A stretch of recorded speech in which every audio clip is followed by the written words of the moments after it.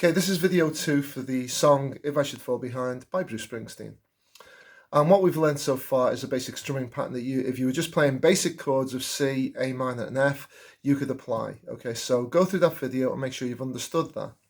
Now, in the actual song itself, there is the use of a suspended second chord and a suspended fourth on the intro, and then through the song, really, it's on the C chords that we're doing a sus2. There is one complicated line on the second line of the first verse, and it's also on the third verse that you would start with a sus4.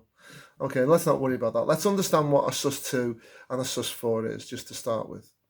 So for a suspended second, what it does is it adds a flavour to the chord, and the same for a suspended fourth. And what we're doing is we're colouring the chord, so instead of it just sounding like a C, we do a C suspended second. The C suspended second sounds low, listen to it. Here's C. Here's C suspended second. See how it drops a note? And if I do C and then C suspended fourth, that's C. And then C suspended fourth. And what it does, it just drops a note up and down within that chord. And you can do it for any chord. So it adds flavour. How do we do it? Well, I'm going to come in close and show you. There's C chord. If we remove the second finger off the fourth string and play the C chord, that's C suspended second. I'll go back to the C.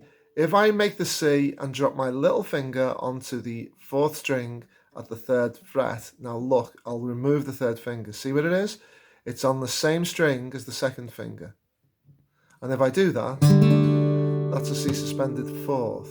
Now be careful when you're doing that chord that you don't do this. And that's where I've put my little finger on the third string, because that will make a C7.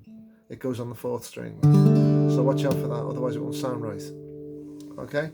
Now within the song itself, I'm going to perform the intro here for you to master that, and then we'll look at the actual song itself. So the intro is simple.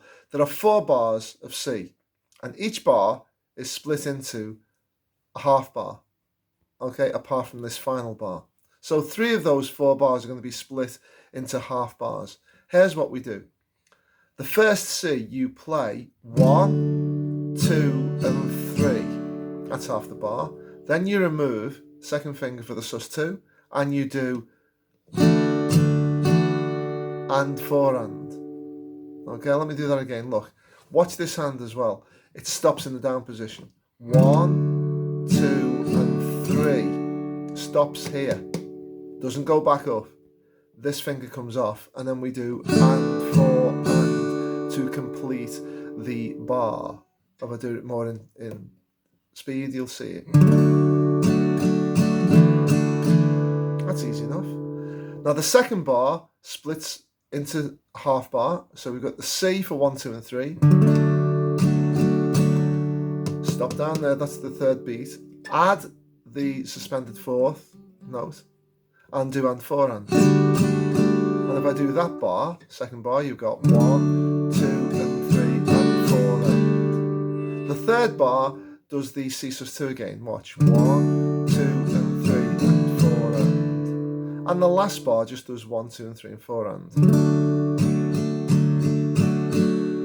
So I'm going to do all that, and then you can practice it, and then we'll move on to the verses. So watch. 4 bars of C. Each bar, first bar, second bar, third bar is split into half bars, and the fourth bar stays as a whole.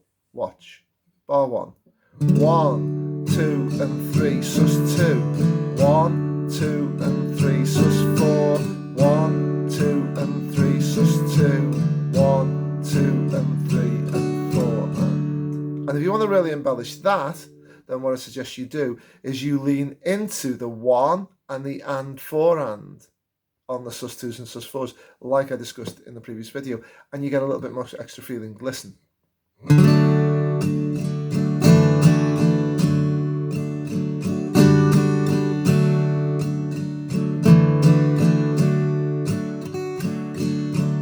you notice how the last bar I didn't put any emphasis on.